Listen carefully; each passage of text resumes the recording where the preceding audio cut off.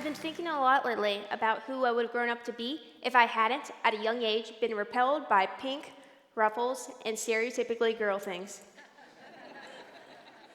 As a daredevil tomboy, all I ever wanted to do was anything and everything my older brother did, only better. I swam, played street hockey, and surfed giant waves. Yes, that's me surfing Mavericks.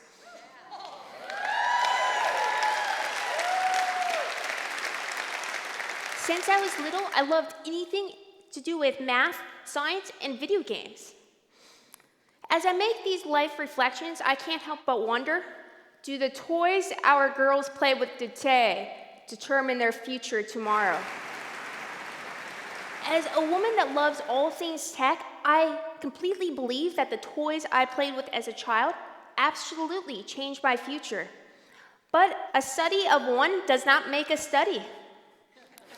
So I decided to look at toys in both the stores and on the internet. And what I found was interesting. As a child, I always shopped in the boys section, which was primarily blue. But I was blown away by the majority of girl toys that were driven by pink, pastels, and even more pink. Now I realize if you're a parent, this is probably not earth-shattering news. But it made me wonder how and when were these colors chosen to represent our genders? So I turned to history for answers, and what I found completely surprised me. During my research, I came across an article from 1914 that advised mothers to use colors on the little one's garments, pink for boys and blue for girls. Back then, pink was considered a boy's color because it was seen as a watered-down version of red. For girls, blue was seen as a more feminine choice.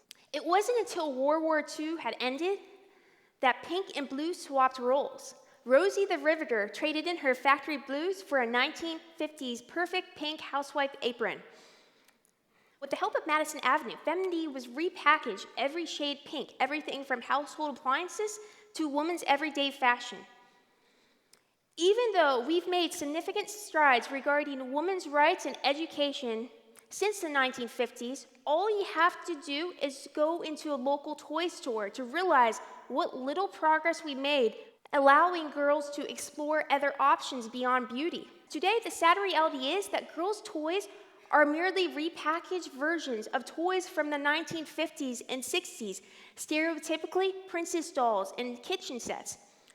While there's nothing inherently wrong with these toys, the problem is that they lack the functionality that builds spatial intelligence within our girls, that they will one day need these skills to compete in the world of sciences. For boys, however, it's completely different. Their toys have been, for the past 100+ years, and continue to be, far more educational and challenging than the girls. Toys like building blocks, 3D puzzles, and educational apps, for instance, help build spatial judgment and navigation. But perhaps the biggest problem we have here in the United States today is the unspoken belief that when it comes to science, girls just don't have the knack for it. And if you look at the test scores in this country, it's easy to leap to that conclusion. However, recent findings have proved the opposite to be true. In 65 different countries around the globe, 15-year-olds were tested in their knowledge in the sciences. The results? The girls generally outperform the boys, unlike here in the United States. But why?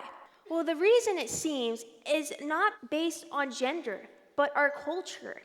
Here in the United States, we have this unspoken belief that when it comes to the sciences, girls either A, aren't capable, or B, those subjects aren't for girls. However, science gives us a different view. At Emory University, researchers introduced 34 rhesus monkeys to 2 sets of toys. The first set was labeled masculine, such as wheeled toys, trucks, a car, or a wagon. The second group of toys were labeled feminine toys, which were plush dolls, stuffed animals, or a rag doll. The researchers placed 1 wheeled toy and 1 plush toy outside, and then released 1 monkey at a time for careful observation. And what did they find? That time and time again, the monkeys' choices closely paralleled the choices found in human children. Like the boys, the male rhesus monkeys clearly preferred the wheeled toys over the plush toys, playing with these toys for longer durations of time. Also mirroring child behavior, the female monkeys had no toy preference. They played with both toys for equal amounts of time. I don't know about you, but for me, I always thought as a child that girls naturally gravitated towards girly things. But this might be due to a result of marketing and advertising. So I was pleased and happy to find out that girls like both boy and girls' toys equally. But knowing this, I'm somehow bummed out for girls because the lack of STEM and educational toys found in the girls section of the toy stores. And when these STEM toys are found, sadly, they're found on the bottom shelf of our toy stores. As a computer programmer, I completely believe now is the time to start taking a cue from the boys. Now is the time to start designing toys for girls that develop their spatial intelligence, so the next generation won't be left behind. Thankfully, there are a few startups that are led by female engineers that are helping building innovative toys for our girls, like this construction set, or this do-it-yourself dollhouse kit. Both of these toys are allowing girls to build their spatial and engineering skills.